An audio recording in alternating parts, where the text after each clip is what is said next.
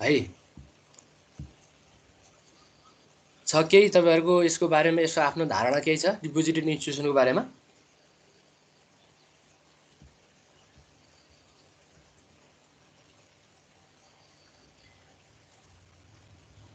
बोल्नु न हौ बोल्नु। नबिना, पुष्पा अनि अनिश खै त?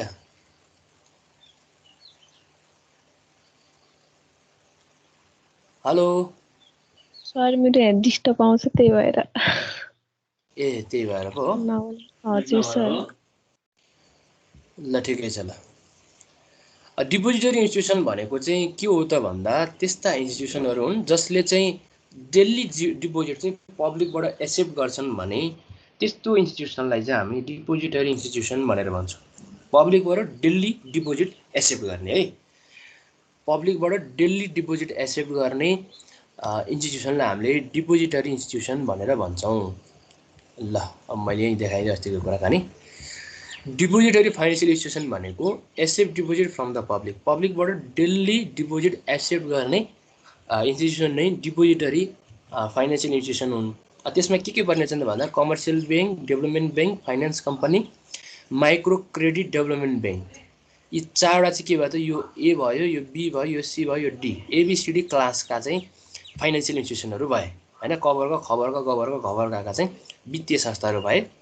त्यसै गरी saving and credit association and mutual saving bank र क्रेडिट युनियन, यिनीहरू नै के हुन् त भन्दा डिपोजिटरी इन्स्टिट्युसनहरू हुन् अथवा डिपोजिटरी फाइनेन्सियल इन्स्टिट्युसनको रूपमा चाहिँ हामीले यिनीहरूलाई लिन्छौँ है। अब त्यही टपिकको बारेमा छ र अब हामीले यहाँ अब देख्नु भएको छ तपाईँले फर्मुला स्प्रेड इन्कम भनेर देख्नु भएको छ। स्प्रेड इन्कम भनेको चाहिँ income interest income minus interest expenses भन्ने एउटा फर्मुला पनि देख्नु भएको छ तपाईँहरूले। अब स्प्रेड भनेको चाहिँ के रहेछ त भन्दाखेरि स्प्रेड इन्कम भनेको चाहिँ यो आम्दानी हो। के को आम्दानी त भन्दा ब्याज आम्दानी र ब्याज खर्च बिचको डिफरेन्स। यदि ब्याज खर्च भन्दा ब्याज आम्दानी चाहिँ बढी छ भने त्यो बेलामा हामी स्प्रेड इन्कम निकाल्छौँ। र यसको जस्ट अपोजिट है, जस्ट अपोजिट चाहिँ ब्याज आम्दानी भन्दा ब्याज खर्च चाहिँ बढी छ भने कस्ट फर फाइनेन्सिङ हैन, कस्ट फर फाइनेन्सिङ भनेर भन्छौँ। त्यसलाई हामी स्प्रेड इन्कम भन्दैनौँ, यसको अपोजिटलाई चाहिँ कस्ट फर फाइनेन्सिङ भनेर भन्छौँ है। अब यो इन्ट्रेस्ट इन्कम भनेको चाहिँ के रहेछ एकचोटि हेरौँ है त। इन्ट्रेस्ट इन्कम भनेको चाहिँ के रहेछ त? म एउटा इक्जाम्पल दिन्छु तपाईँहरूलाई। यो हिजोस्ति पनि एउटा इक्जाम्पल दिएको थिएँ। मानौ एउटा ब्याङ्क छ हैन, एउटा चाहिँ अब एबिसी ब्याङ्क छ भनौँ। एबिसी ब्याङ्कले के गर्छ त भन्दा पब्लिकबाट डिपोजिटलाई एक्सेप्ट गर्छ। पब्लिकबाट डिपोजिटलाई एक्सेप्ट गरेपछि पब्लिकलाई चाहिँ डिपोजिटमा एउटा सर्टेन रेटको चाहिँ के दिन्छ त भन्दा ब्याज दिन्छ हैन। मानौ अब डिपोजिट रेट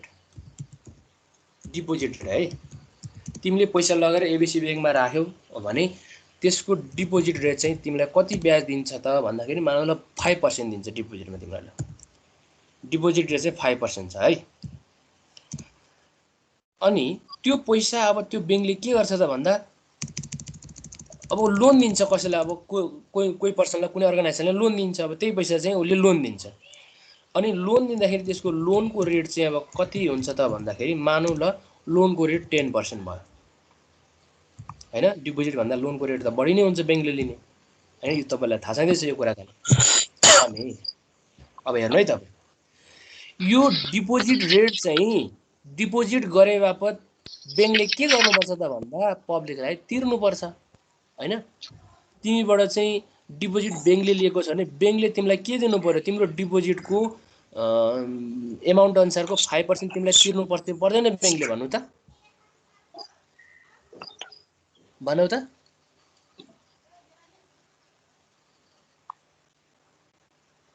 खोइ बोलौँ न, बोलौँ के बोलौँ, यस्तो गरेपछि त हुँदैन नि त। डिपोजिटलाई दिने रेट 5% भयो त्यो ब्याङ्कको, र उसले लोनबाट चाहिँ कलेक्सन गर्ने रेट चाहिँ कति भयो त भन्दा 10%।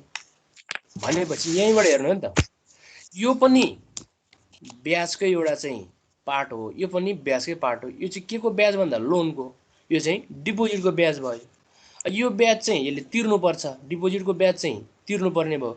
लोनको ब्याज चाहिँ के गर्छ यसले लिन्छ, लिनुपर्छ होइन। यसले चाहिँ अरूलाई लोन दिए बापत त्यो यति 10% चाहिँ लिन्छ भनेपछि त्यो 10% र 5% को डिफरेन्स नै के हो त भन्दा स्प्रेड इन्कम हो। कुरा बुझ्नुहुन्छ नि? यसले कुरा बुझ्नुभयो तपाईँहरूले? भन्नु न। बुझेछ सर, बुझेँ बुझेछ। सर। ल ओके, त्यसो भए कस्ट फर फाइनेन्सिङमा पनि इन्ट्रेस्ट इन्कम र इन्ट्रेस्ट इन्कम भनेको कुरा बुझिहाल्नुभयो। यदि डिपोजिट रेट चाहिँ बढी लोन रेट चाहिँ कम भयो भने कस्ट फर फाइनेन्सिङ आउँछ। र अर्को फर्मुला छ change in S equal to I into change in I. Change in S भनेको चेन्ज इन स्प्रेड इन्कम भनेको, चेन्ज इन स्प्रेड इन्कम भनेको चेन्जको मिनिङ नै के बढ्ने कि घट्ने हुन्छ कि। इन्क्रिज इन स्प्रेड इन्कम अथवा डिक्रिज इन स्प्रेड इन्कमलाई हामीले एकैचोटि चेन्ज इन स्प्रेड इन्कम भनेर भन्छौँ। आई भनेको इन्भेस्टमेन्ट, चेन्ज इन आई भनेको change in interest rate on deposit, डिपोजिटको चाहिँ चेन्जको रेट है, डिपोजिटको चाहिँ इन्ट्रेस्ट चेन्ज रेट भयो। यी तीनवटा फर्मुला तपाईँले हेर्नुभयो भने आज हामी योसँग रिलेटेड न्युमेरिकल प्रब्लम गर्छौँ होइन। अब तपाईँहरूलाई चाहिँ अब थ्योरी पढ्दा पढ्दा अलिकति बोरिङ अथवा मोनोटोनस पनि भएको हुनसक्छ, त्यही भएर हामी न्युमेरिकल हेर्छौँ। र हामी सबैजना अहिले तपाईँहरू सबैजना बिबिएस 4th इयरको फाइनेन्सियल मार्केट एन्ड इन्स्टिट्युसनको च्याप्टर 3 मा हुनुहुन्छ है, च्याप्टर 3 मा हुनुहुन्छ। अब तपाईँहरूको घरमा काम चाहिँ के भयो त भन्दा, अब बुक सबैसँग छ अथवा छैन है। बुक हुनेले चाहिँ यो बुकमा भएका कुराहरू सरसर्ती रिड गर्नु पऱ्यो होइन, सरसर्ती रिड गर्नु पऱ्यो। बुकमा खासै नयाँ कुरा केही पनि छैनन् होइन, हामीले स्टडी गरिसकेको कुराहरू छन्। अघिल्लो च्याप्टरतिर जोडेर हामीले कुराकानी गरिसकेका छौँ बुकमा होइन। तपाईँहरूले स्टडी गर्नु पऱ्यो। त्यसमा त्यही क वर्ग, ख वर्ग, ग वर्ग, घ वर्गका कुराहरू छन्। अनि त्यो कुराहरू कतिपय तपाईँहरू यो ब्याङ्किङतिर एप्लाई गर्नुहुन्छ भने ती कुरा त अनिवार्य तपाईँले पढ्नुपर्ने नै हुन्छ होइन, अनिवार्य पढ्नुपर्ने हुन्छ। त्यही भएर बुक चाहिँ घरमा स्टडी गर्नु होला। र बुक नहुनेले साथीबाट चाहिँ फोटो खिचेर पठाइदियो भनेर त्यसलाई हेर्न पनि सक्नुहुन्छ। र अहिले तपाईँहरू सबैजना यो आज हामी एक तीनवटा फर्मुलालाई युज गरेर यो एक्सर्साइजमा जान्छौँ। डिपोजिटरी इन्स्टिट्युसनको एक्सर्साइजमा हेर्नु होला है, एक्सर्साइजमा हेर्नु होला। हुन त न्युमेरिकल यसमा अरू पनि छन्। आज हामी योसँग रिलेटेड मात्रै सल्भ गर्ने ट्राई गर्छौँ र भोलि अर्को टपिकसँग रिलेटेड भएर हामी सल्भ गर्ने ट्राई गर्छौँ है। तपाईँहरूले अहिले पेज नम्बर अब यहाँ यो इङ्ग्लिस मिडियम बुकमा चाहिँ 61 छ है, 61 छ। अथवा नेपाली मिडियम भएको अथवा तपाईँहरूको अब नयाँ बुकहरूको अलिकति चेन्ज भएको हुनसक्छ। तपाईँहरूले हेर्नु होला र म क्वेसन तपाईँहरूलाई बुक नहुनेहरूलाई यहाँबाट क्लिक गरेर मेसेन्जरमा पनि हालिदिन्छु है, क्लिक गरेर मेसेन्जरमा पनि राखिदिन्छु। ल तपाईँहरूले एक्सर्साइजमा फाइन्ड आउट गर्नु पर्यो क्वेसन चाहिँ।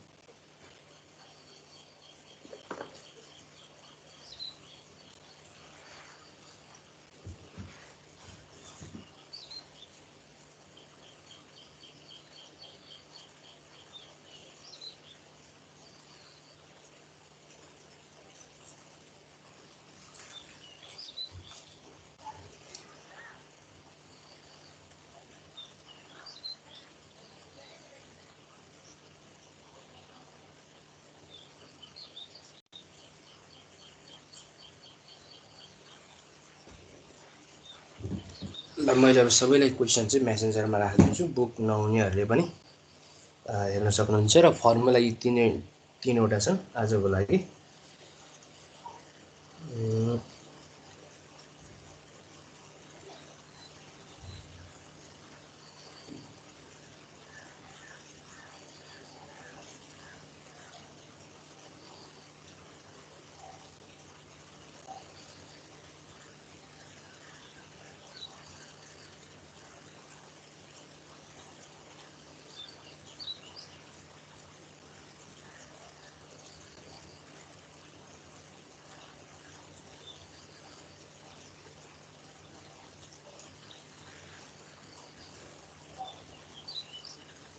बिबिएस 4th इयरलाई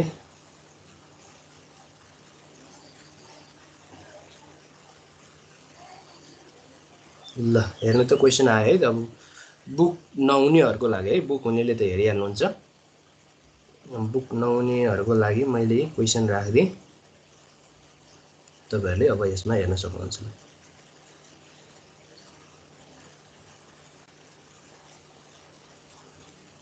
मेसेन्जरमा राखिदिएको छु है मैले है क्वेशन चाहिँ।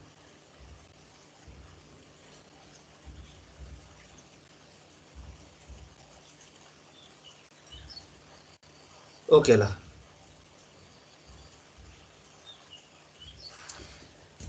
अब हामी क्वेशन नम्बर प्रब्लम नम्बर 3.1 मा हेरौँ है त।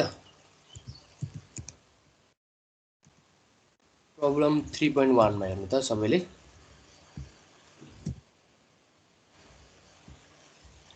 के भनेको छ पहिला यो क्वेशनलाई रिड गरौँ अनि त्यसपछि हामी यो माथिको फर्मुला युज गरेर चाहिँ यसलाई सल्भ गर्ने ट्राई गर्छौं। हेरौँ है त क्वेशनले के भनेको छ अब। Suppose NB Bank Limited invested ₹50 million in agriculture development bond. NB बैंकले चाहिँ इन्भेस्टेड गरिराखेको छ 50 मिलियन चाहिँ केमा त भन्दा एग्रिकल्चर डेभलपमेन्ट बोन्डमा। त्यो चाहिँ 2083 मा म्याच्योर हुने भनेको चाहिँ एग्रिकल्चर डेभलपमेन्ट बोन्ड 2083 बोन्डमा चाहिँ 50 मिलियन चाहिँ इन्भेस्टमेन्ट गरिराखेको छ। Maturity period of this bond is 10 years. त्यो बोन्डको म्याच्युरिटी पिरियड चाहिँ अब 10 इयर्स छ। And interest rate on it is 7.75%। Interest rate चाहिँ 7.75% छ। Bank is financing this bond with 1 year fixed deposit. त्यो बैंकले चाहिँ फाइनेन्सिङ केबाट गरिराखेको छ त भन्दाखेरि 1 year फिक्स्ड डिपोजिटबाट फाइनेन्सिङ गरिराखेको छ। उले कलेक्सन गरेको 1 year फिक्स्ड डिपोजिटबाट फेरि लगानी केमा गर्दैछ त भन्दा उले चाहिँ बोन्डमा लगानी गर्दैछ है, बोन्डमा लगानी गर्दैछ। Interest rate on 1 year deposit is 5.75 र 1 year डिपोजिटको चाहिँ इन्ट्रेस्ट रेट चाहिँ कति छ त भन्दाखेरि 5.75 छ भने अब नम्बर ए मा भन्छ what is the spread income of NB bank limited. NB bank लिमिटेडको स्प्रेड इन्कम चाहिँ कति हो भनेर भन्छ। अब त्यसो हो भने सबभन्दा सुरुमा हामी यसको चाहिँ गिभनलाई लेख्छौं, त्यसपछि यसलाई सल्भ गर्छौं है त। सो गिभनलाई लेख्छौं, ल हेर्नु है त। अब यसको सोलुसन गरौँ।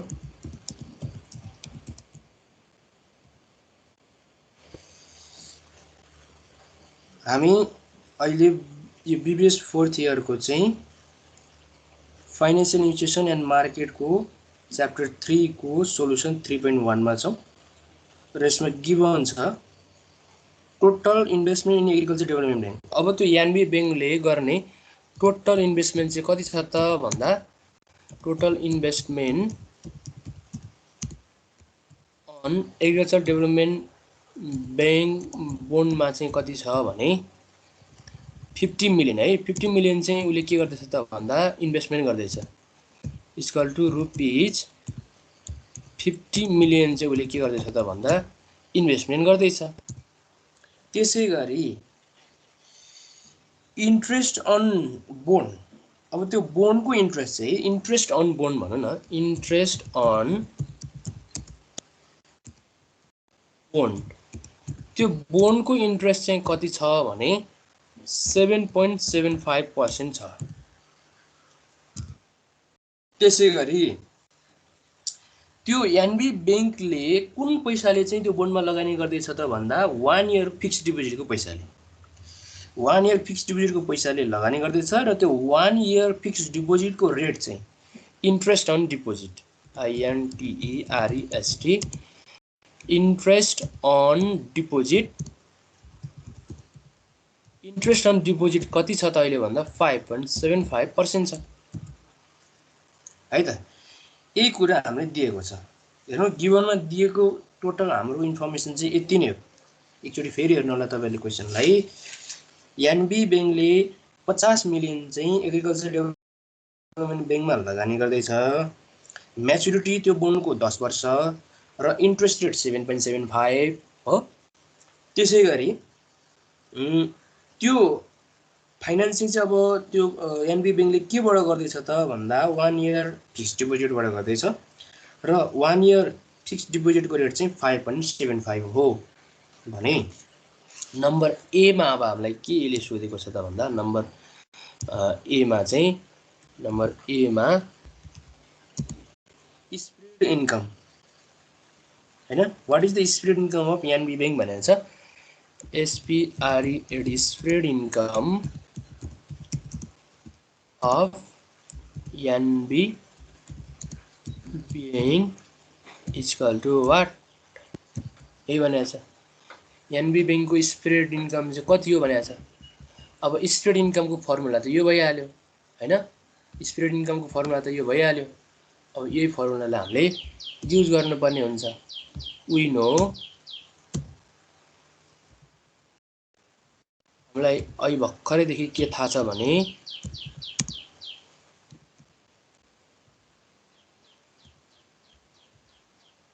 स्प्रेड इन्कम भनेको चाहिँ income interest income minus interest expenses हैन। अब हामीले के निकाल्नु पर्यो त भन्दा इन्कम इन्ट्रेस्ट इन्कम निकाल्नु पर्यो र इन्ट्रेस्ट एक्सपेन्सेस पनि निकाल्नु पर्यो है। त्यसलाई हामी निकाल्नु है त। इन्ट्रेस्ट इन्कम निकाल्नु पहिला INTEREST इन्ट्रेस्ट इन्कम। अब इन्ट्रेस्ट इन्कम चाहिँ कति हुन्छ त भन्दा त्यही 50 मिलियनको यो इन्ट्रेस्ट अन बोन्डको रेट 50 मिलियनको बोन्डको रेट उसले 1 वर्षमा कति ब्याज पाउँछ